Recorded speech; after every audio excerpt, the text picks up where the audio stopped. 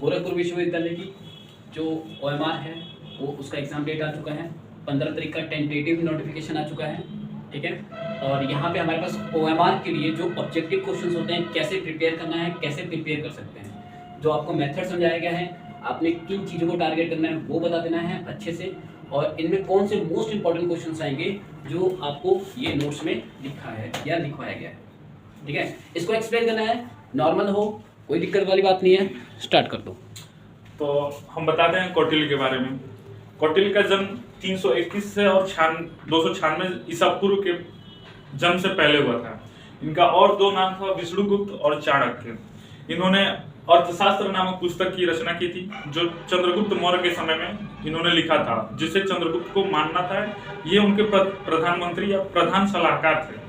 इन्होंने अपने अर्थशास्त्र की पुस्तक में लिखा था कि मनुष्य वाली भूमि के लाभ और उसके पालन करने के उपायों का जिस शास्त्र में वर्णन हो उसे अर्थशास्त्र कहते हैं। यानी कि मनुष्य वाली भूमि यानी मनुष्य जिस भूमि को उपयोग कर रहा है, उसके लिए वो लाभ अर्जित कर रहा है, उसी भूमि को हम अर्थशास्त्र के अंदर वर्णन करते हैं, उसका अध्ययन करते हैं। उन्होंने कुछ प्रमुख अपने थॉट या उनके विचार जो थे अर्थशास्त्र में उन्होंने दिया था।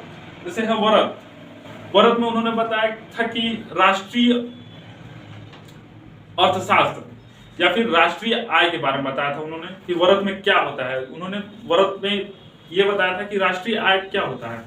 सेकेंड पॉइंट है करारोपण की व्यवस्था। उन्होंने ये बताया था कि अगर राज्य को अपना संचालित करना है तो हमें कर तो लेना ही पड़ेगा। आज के भी आप समय में देखते हैं कि टैक्स लगता है बहुत समय, ठीक। और है कृषि तथा पशुपालन। तो कृषि को इन्होंने प्रथम भूमिका दी थी अपने अर्थशास्त्र में, अर्थशास्त्र की पुस्तक में।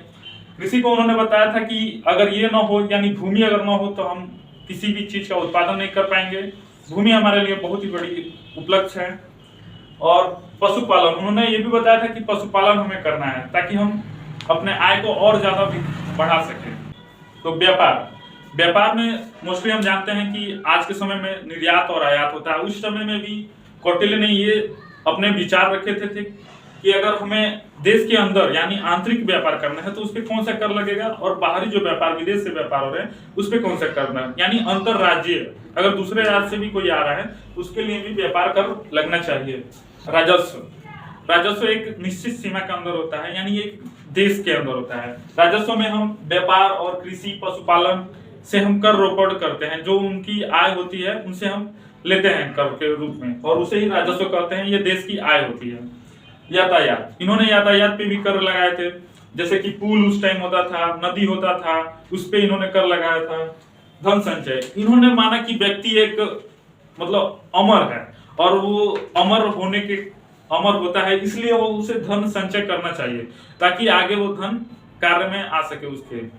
और सामाजिक सुरक्षा भी उन्होंने बताया था कि अगर व्यक्ति समाज के निम्न वर्ग का है तो उसे कैसे सुरक्षा प्रदान करनी चाहिए, क्योंकि हाई जो ऊपर वाला व्यक्ति है नीचे वाले व्यक्ति को कुछ भी नुकसान पहुंचा सकता है, आर्थिक या फिर राजनीतिक, उसके फिजिकल भी पहुंचा सकता है। इसलिए इस बात पे उन्होंने भी एक विशेष ध्यान दिया था सामाजिक सुरक्षा के बारे में।